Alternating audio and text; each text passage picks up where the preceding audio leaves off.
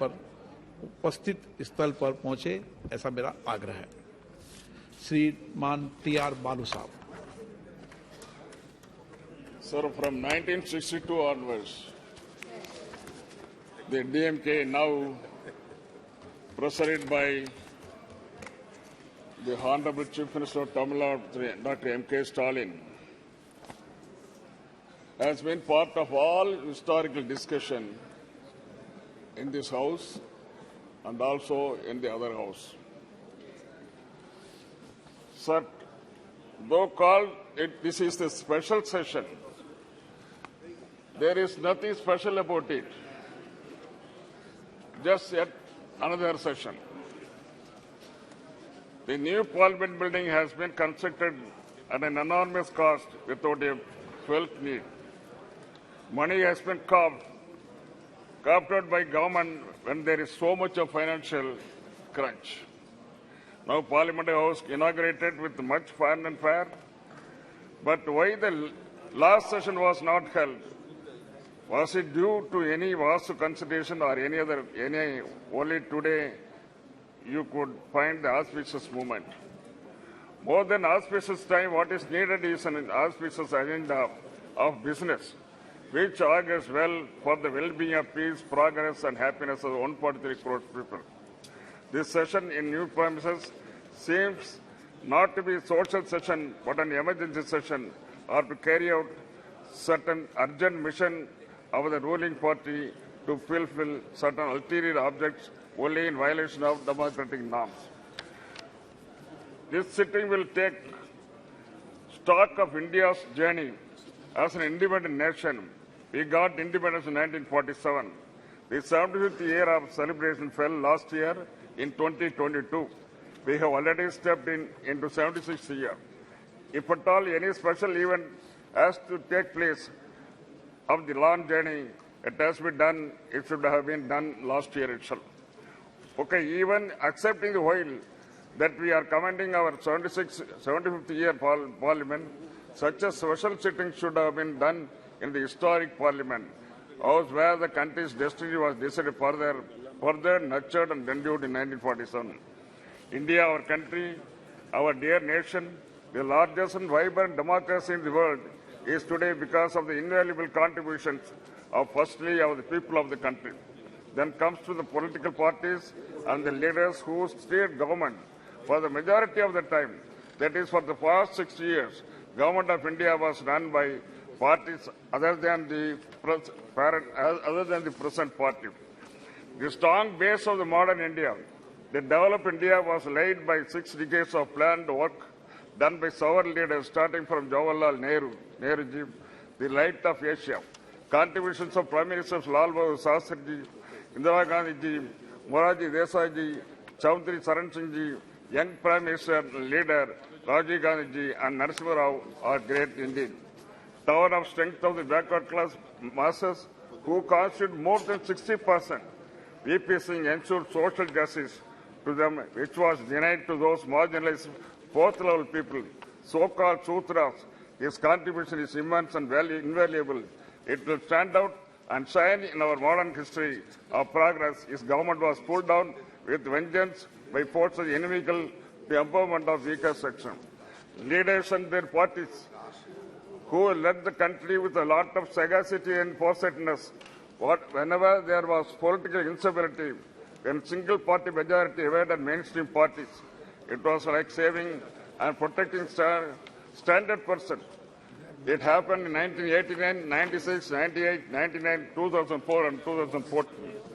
The leaders who came to the rescue of the nation at critical times were Deva Gowda, I.K. Gujaral, Atal Bihari Vajpayee and Dr. Manmohan Singh. The political leaders who played a great role then were DMK leader Dr. Kanga Karunanidhi, NTR, George Fernandez, Communist Party like Indrajit Gupta, Somnath Chatterjee, Sujit Singh. When we look back at 75 years, the contribution of these tall leaders is great and needs special mention. The contribution of opposition parties, mostly of the regional parties like DMK, in national politics and governance, have a special place. This constructive opposition criticism and suggestions have helped the government from time to time take corrective measures because they have represented the regional interest and linguistically minority population groups. DMK in parliament since 1962.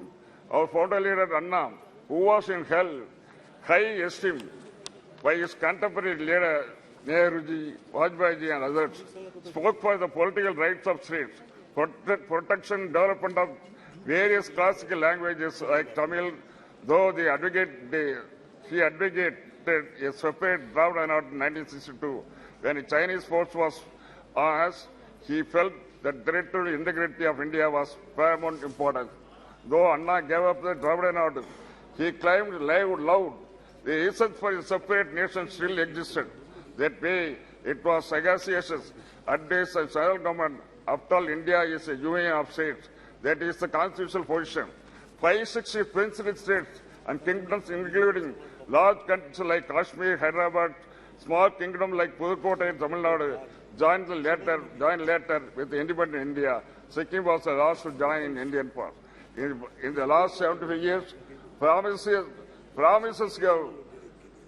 given to its members, state and just aspiration of the people of the states with various cultural traditions have been broken by Union of India. The latest example is repeal of Article 370 and snatching away the special status of Jammu and Kashmir, like rubbing salt on the serious wound that large states have now been broken into two union territories, whereby the emotions and rights of the people of Kashmir have been trampled upon. While looking back India 75 years, patting our backs and claiming credit to the impressive performance like Chandrayaan by individual leaders and parties is not appropriate. The success we have seen so far is success of 140 crores of people of this country. Without their support, strength, labor and commitment, nothing is possible. What we have really introspect is the failures we have faced in 75 years. These failures are the result of the broken promises as in Kashmir, Manipur, Tamil Nadu and other states.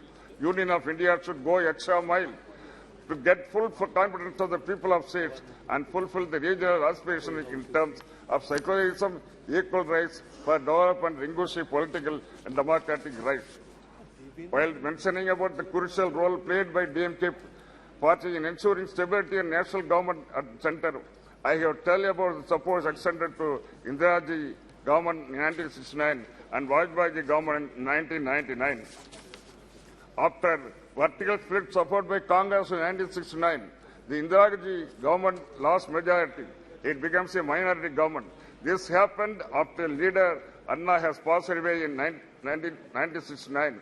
Congress was not our friend then, but when mattered to our great leader Kalinga, who succeeded Anna as Chief Minister and President of DMK, was stability of the Union of India. Still, the scars of 1962 war with China was still paining us. Therefore, Kalinga decided with a clear vision to support Indiraji with our 26 members in Lok Sabha. With our continued support, she was able to bring the revolutionary policy measures like abolition of privy purse, nationalization of banks, and the other poverty alleviation program. Anna, a good friend of Atalji, after a very long political struggle, he is able to lead BJP to power in center 1998. It was a feeble, ragtag coalition with a particular party. Poor Vajpayee, a gentleman leader, was carrying on with his government. As is said in Tamil, Nitya Gandam Purna Aisu, daily death, threat by alive still. This was the condition of Vajpayee government. The government was in ICU for 13 months. She was gifting life to Vajpayee government on a daily basis. What a pity. Ultimately, she pulled out and government fell at 13th month in March 1999. On the confidence motion in Lok Sabha, DMK supported Prime Minister Vajpayee, but he lost by one vote. In the subsequent election, we supported Vajpayee's candidature for the Prime Minister because, as I said, he was a gentleman politician, a statesman, and above that, he did not have animosity towards all minorities. He willingly agreed to common minimum program with alliance partners. He stuck to Raj Dharma. Not only that, Vajpayee has asked his other leaders in his party to stick to Rajya Dharma, he was able to complete his full term as Prime Minister with the precision and hope. Pokhran test and Kargil victory was possible because of stability of Vajpayee's government with the DMK support and our leader Dr. Kalangar's support was the main reason. The present ruling party should revisit the pages of India's recent history and refresh itself with these important movements and appreciate how DMK has played a respectable role in providing stable government at the center, sir. In the building of the modern India, the role of former young Prime Minister Sir Rajiv Gandhi has an exceptional place. In fact, he is the father of the so-called digital India. His competence and involvement of the people of village level resulted in Panchayat Raj Act and empowerment of rural people's representative. His sacrifice of his life in pursuit of public service is unparalleled in Indian history, sir. With this, I thank you for having given this. Thank you. Thank you. Shri Sudeep Bandyopadhyay ji.